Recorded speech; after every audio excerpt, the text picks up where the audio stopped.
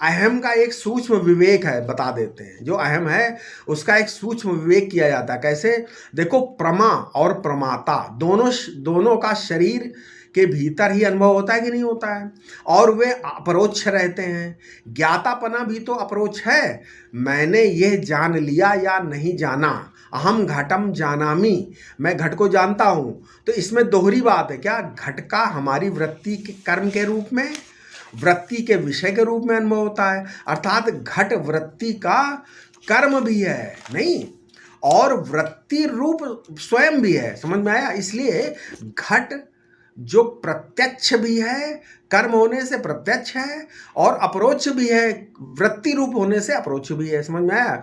इसलिए विज्ञानवादी बौद्ध मानते हैं कि घट वृत्ति का कर्म नहीं होता, कर्मत्वेन प्रतीत होता। इसलिए घट भी आंतर प्रत्यय रूप अथवा वृत्ति रूप ही है, वास्तव में बाहर घट नहीं है। इस पर वेदांतियों का तर्क है कि जिस समय शुक्ति में झूठी चांदी दिखती है और जिस समय बाजार में रखी हुई सच्ची चांदी दिखती है, उन दोनों चांदियों में भेद है या नहीं?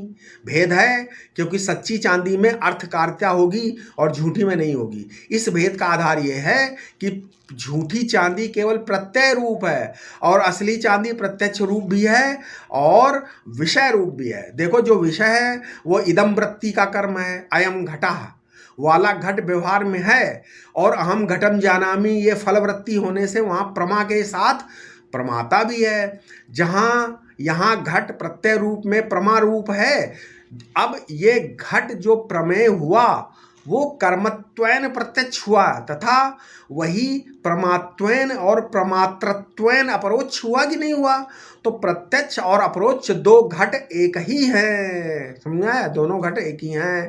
प्रत्यक्ष और अपरोक्ष दो घट एक ही हैं, परंतु इस अहमतया भासने में इदंतया भासित अपरोक्ष पदार्थों की अपेक्षा अधिक स्थायित्व रहता है। जो शुद्ध अहम है, ये अनिदम है, वो भासित होता ही नहीं, क्योंकि वो नित्य भासमान है, सब परिच्छिन्नताओं का अवभाषक अधिष्ठान है, और इसलिए इन सबसे अतीत शुद्ध अहम साक्षात अपरोक्ष होता है।